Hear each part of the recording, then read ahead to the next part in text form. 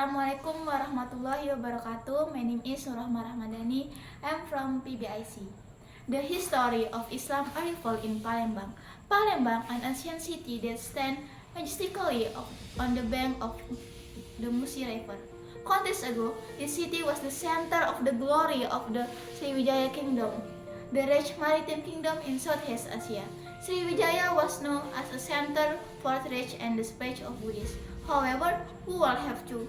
Palembang will eventually become the gateway for the lake of Islam to the Malay world.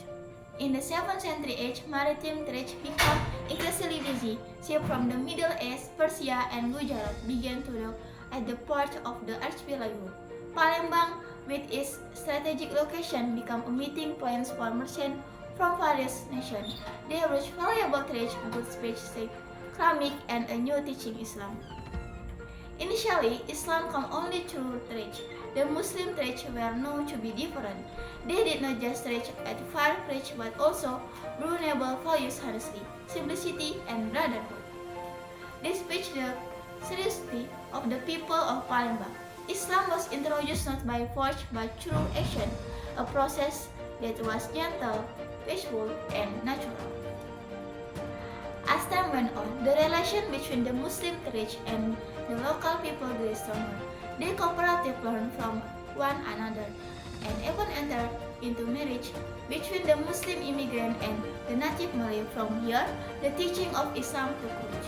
The children from this marriage were introduced to Islamic values such as prayer, zakat, fasting, and tawhid.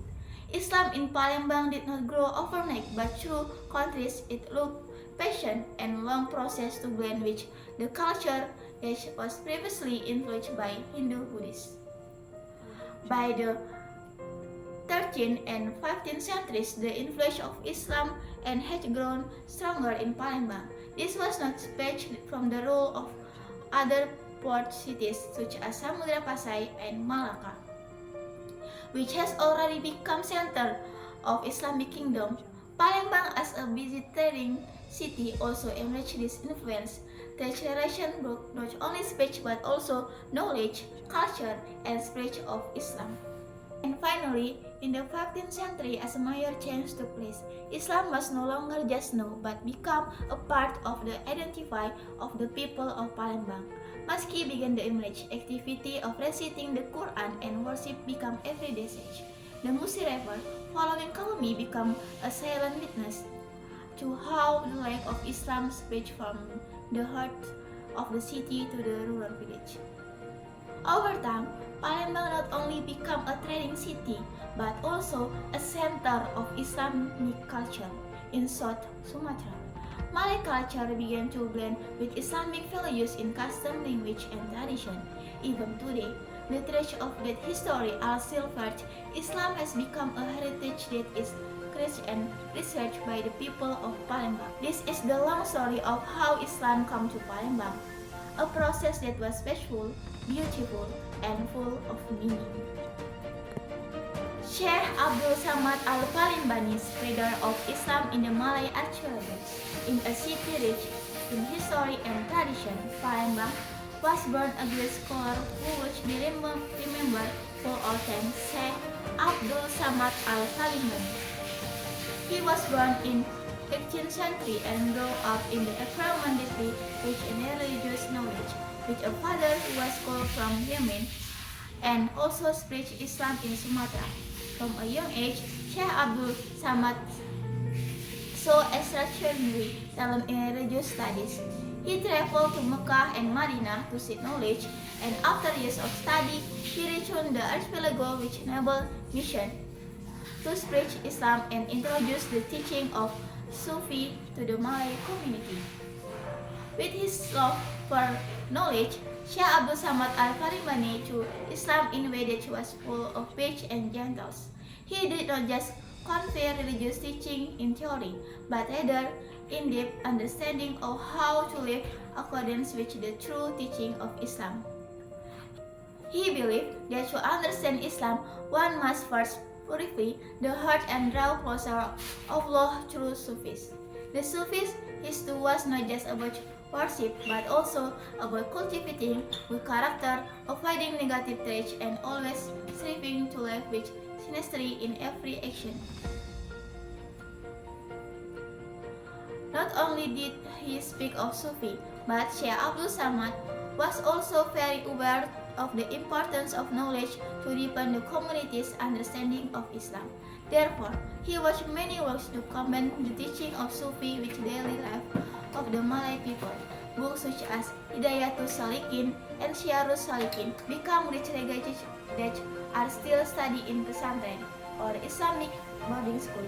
Through the Archipelago, this book provides a guide to living Islamic life that not only deep in theory but also very practical for people who wish to live according to Islamic teaching in their daily life. Syekh Abdul Samad Al-Farimbani did not limit his dakwah to just the mosque in Palembang. He traveled to other Malay regions to teach religious knowledge and introduce Islam to communities that were still never to him. During his dakwah journey, he built Center of Religion Education that became gathering place for the community to learn and practice Islam. However, Syekh Abdul Samad's struggle was not only focused on religious preaching, he was also determined victor against colonialism.